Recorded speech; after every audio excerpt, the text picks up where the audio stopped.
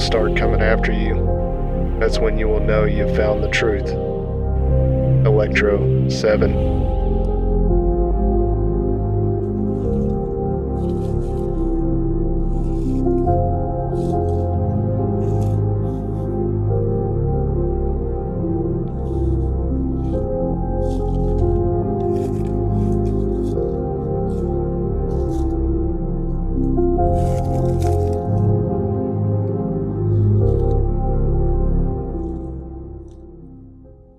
So welcome back to the channel, guys. Today I want to talk about a gun that's been featured pretty prominently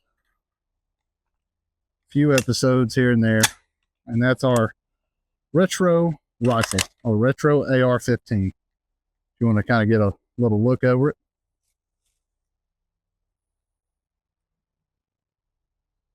It's a Bushmaster XM15, chambered in 5.56, 16-inch barrel, running a Magpul sling, surefire handguard, the M500. It's the whole handguard that has the light integrated. Of course, we've got our awesome carry handle that everybody seems to love now. It's detachable. I know some people don't like that. And we also have our primary arms 2.5x prism optic. I really love this. I really love it on this gun. It does an awesome deal. But this is a no frills rifle. Like, even by today's standards, it's budget. And what I find that's crazy, the fact that this is coming back in vogue, because when I really heavily, like, I've always loved guns. Even since I was a kid, I had toy airsoft guns and everything. And I mean, that was it. This is peak Americana right here. This, the way you see it. And so I understand the Zoomer affinity with it because it's peak Americana. Basically, what I want to get into, the Agent Espo did an excellent video talking about just the gun industry and the grind of keeping on pumping out new reinvented wheels. And I'll drop a link to it here. You should definitely check it out. And it falls in line with that. And he touched on a lot of things I've been thinking about. And I look at this rifle and I realize how it's come back in vogue. And I'm like, you know, this is what everybody strives to build, even though it looks a little different and it has all your rails and they have optic risers, you know, to be compatible with night vision and everything else. At the end of the day, it's carry handle height. So people are spending, you know, as much on a mounting system to get their, you know, up to a night vision usable height. They're spending almost as much as I paid for this gun, as you see it in total. I want you to think about something. The girl of your dreams is laying in her bed right now, just letting a big, nice, wet fart rip. Hey guys, I hope you haven't forgot to like and subscribe yet. A little bit of humor break, because a lot of what we're going to talk about here is going to be pretty much subjective, and I don't want to yarn and ramble on and on about things like this, but the market has pushed so far in one direction, we've gone around back to the beginning. And talking about something like this retro rifle here, the carry handle with the A2 setup, we're back around to that. Like, we have mounts nowadays that get the optic up at this height, you know, for night vision and whatnot, just to be up there to get a chin weld or whatever. And you know, we can go back to the originality of this, or we can pay almost as much for a mounting system as what I paid for this rifle. Which, this rifle, this Bushmaster XM15, you know, 25 years ago, was the duty grade, like one of the top tiers along with Colt as far as the AR-15 goes. And I mean, in all honesty, there has not been that much, you know, innovation in an AR-15. Sure, we got piston guns and whatnot, but DI guns are still, in my opinion, superior. There's way less parts.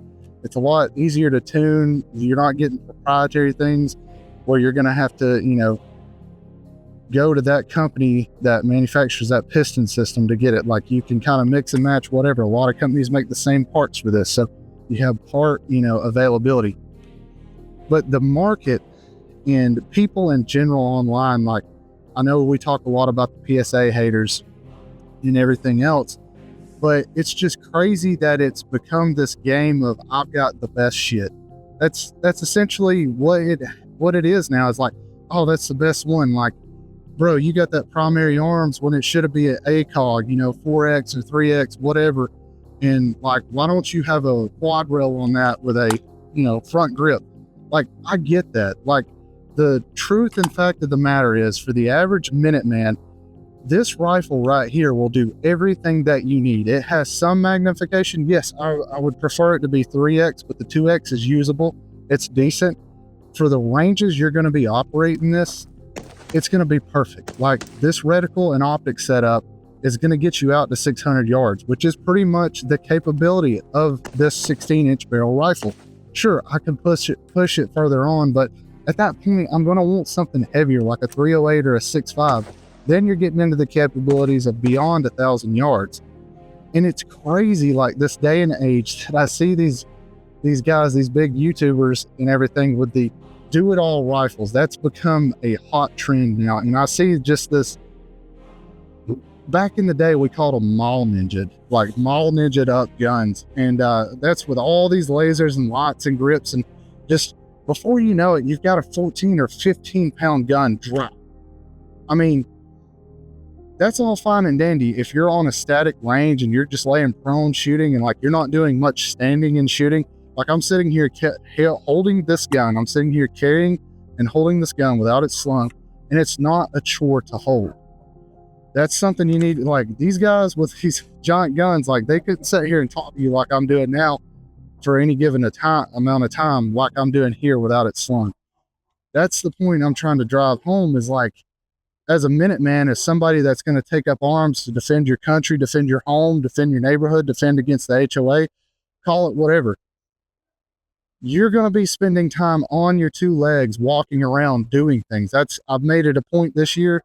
I know resolutions are sappy and cliche or whatever, but I try to get out and ruck once a week. Like, whether it be 2 miles, 4 miles, 6 miles, whatever. I try to get out and ruck. And I live in mountainous terrain, so I try to get up in the mountains and do a little bit of rucking with my kit. And I carried my, whatever general purpose, whatever gun with an LPVO the other day. And I'm like, man, I can't, the thought goes back in my mind of these dudes with these heavy rifles that have got your PEC hour lasers or your Ingall, whatever. They've got that system on there. They've got a light that's white light and IR. They've got some kind of gripping device, underneath. They've got their, 2 to 12 optic or whatever LPVO.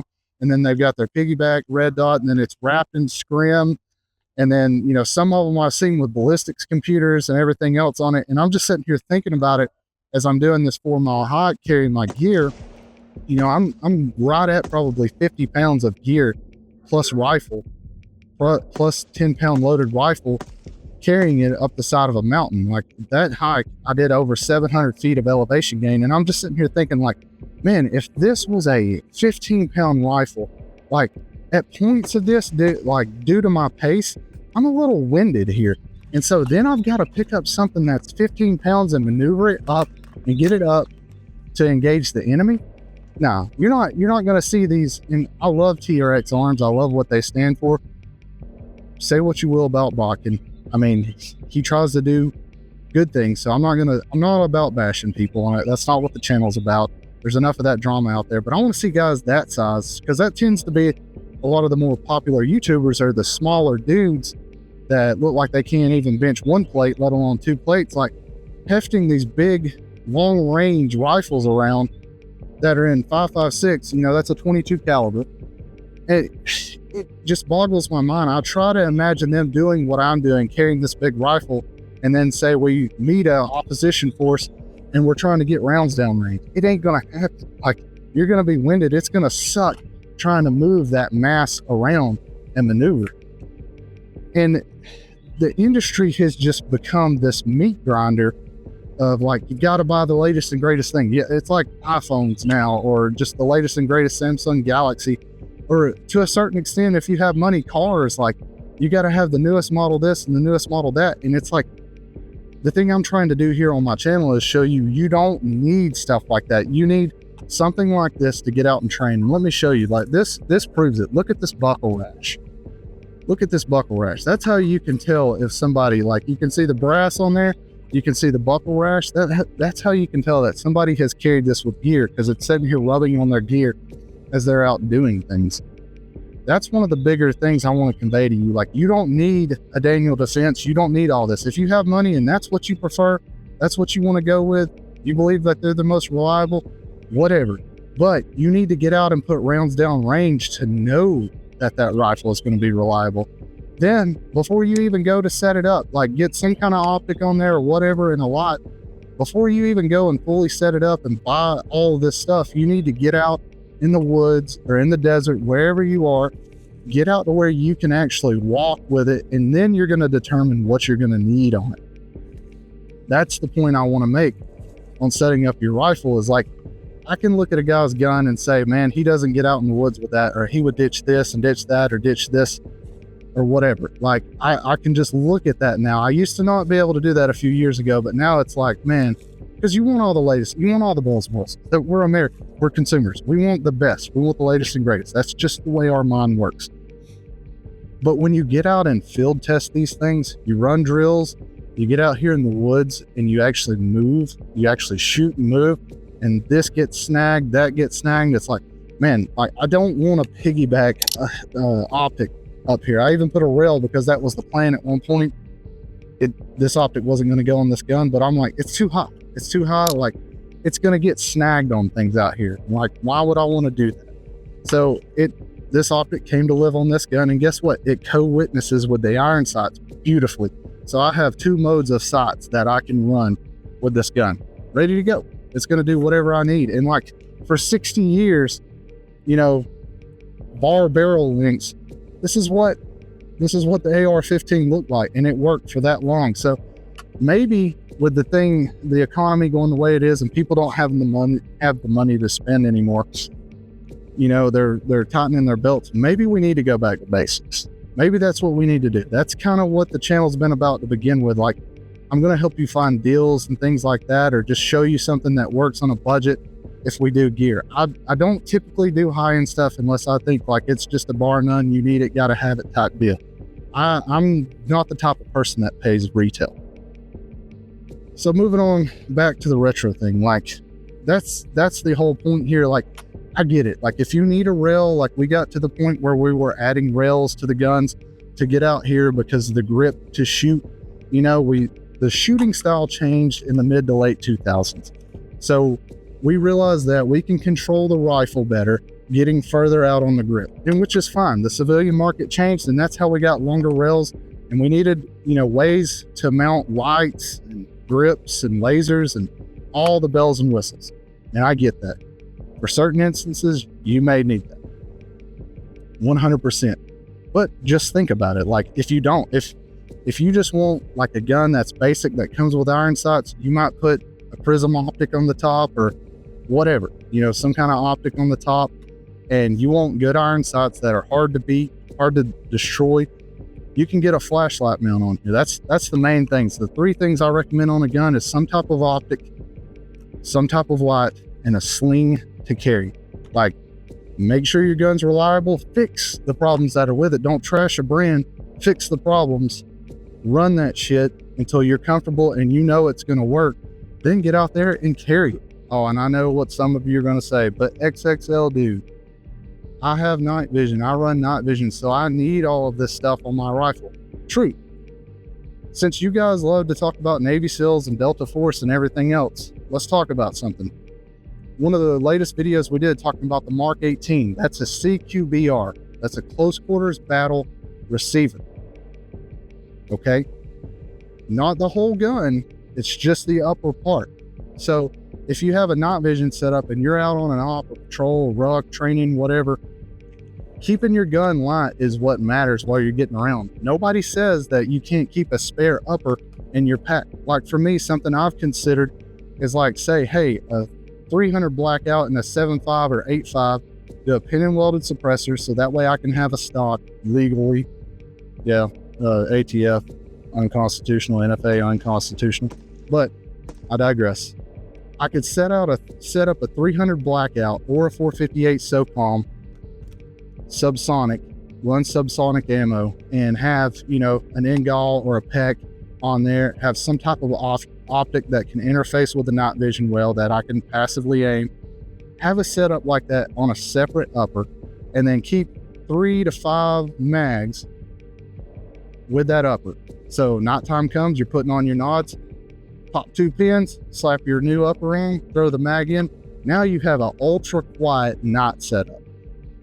In my terrain, you're not going to be engaging people at long distance, especially under night vision. Even with some of the best night vision, it's going to be very hard for you to PID people in the night, especially, you know, doing civilian shit. So you're probably, I can't think of many reasons. There's a low percentage why you would need to take a long range shot in the dark. So why not maximize, you know, your 200 to 300 yard effectiveness, have a round that's even more effective through the brush and everything else. Whereas here in the woods, you're barely going to get 200 yards of sight line if you're lucky, where I'm at anyways. But here, you know, have an effective round that will punch through brush and have a good upper like that set up. So it's still lightweight. A 300 blackout setup with a suppressor and everything, you're still going to be under 10 pounds with the whole rifle. And then you have your other upper in your pack. You just throw it in the pack or strap it to the pack or whatever, and you have it. And then whenever it's time, it's daylight again, you slap your other regular 5.56 fighting load in. Or you could do it with 5.56 and keep all your ammo, but have a separate upper set up specifically for your night vision stuff. You're trying to kill 2 birds with 1 stone by making a rifle that's pretty much going to be unwieldy for fighting, in my opinion, because you're going to be moving. You're not going to exactly be taking precision shots unless you're the one guy on at least a 4-man team that's going to be designated that. So there's no point. I get it. People are going to say something about a saw gunner and everything. Well, there's like 1 saw gunner for every 4 to 6 men in most scenarios. So it's only 1 guy. If everybody's running a general purpose rifle that's heavy as shit, you're going to be winded trying to, like, I'm telling you, get out here, run sprints, do some stuff, get winded, and be carrying your gear, do this shit in your gear, and then try to get up and run drills. You're going to realize really, really fast it's not going to be a usable item. You're going to be like, nah, man, I want to lighten this down. Like, not mega lightweight, but you're going to want the bare essentials in life. So in closing, yeah, I get it. This is a little bit different of a video. I hope you glean from it. I hope a lot of you new to guns and just this sphere of YouTube, that you're out here looking for things. I hope you kind of look at it and get it. Don't let people tell you that something like this is outdated. This is still a perfect fighting rifle. It's perfect for somebody to get out there and defend their home, defend their neighborhood against the HOA invasion, whatever they need to do. And the internet is just getting so combative about everything, even the gun tuber industry. And I'm just so, it's exhausting, you know?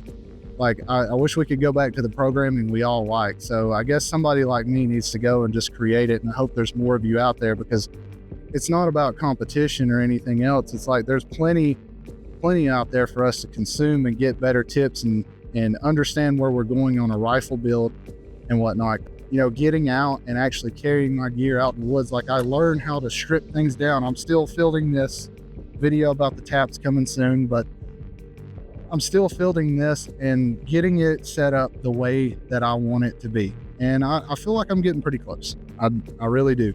But that's what it takes. Like, a rig like this that's modular, you could sit here and throw everything on it. And then on a chest rig, you're going to be so top heavy, it's going to be pulling you down. And that's not what you want. That's not at all. Like, chest rigs, you're going to want them to be minimal, because if you don't have anything that's pulling you back this way and keeping you kind of upright, like with a balance and whatnot, like, your back is going to be screaming and killing you when you go out on hikes and ruts and things with that, if you're going to have to use it for any given time. Man, like, just the stuff like Espo talked about, like 100 Concept asking over $120 for a freaking, you know, kill flash, a diffuser, whatever that goes on the front. And like, newsflash for you guys, these little kill flashes and everything on your $2,500 optic, it makes the quality that you're seeing through your optic worse than the Chinesium that you bitch about. Let that sink in for you for just a minute. it makes that shit worse than the Chinesium. Like, you buy this optic to get all of this glass quality, and then you're covering it up with a freaking kill flash that diminishes the quality. Come on. Like, there's creative ways to make your own. Like, you don't have to buy into this little bitty pointless hype of crap. Like, it is crap. Like, it's 3D printed overpriced crap. I'm not going to try to shit on a company or anything, like, but come on, man. Like, you can be reasonable for people because you know much R&D and design went into that. And the people you're typically going to go up against with this are not going to be advanced governments because, well, that's a whole topic for a different day. But either way, this is a XXL dude telling you to get out and train, learn your gear, learn what you need on your gear. Don't just buy what Joe Blow tells you on YouTube to get. It's also the little voice in your head telling you that resistance to tyranny is obedience to God. Y'all take care. Hope you have a good rest of the day.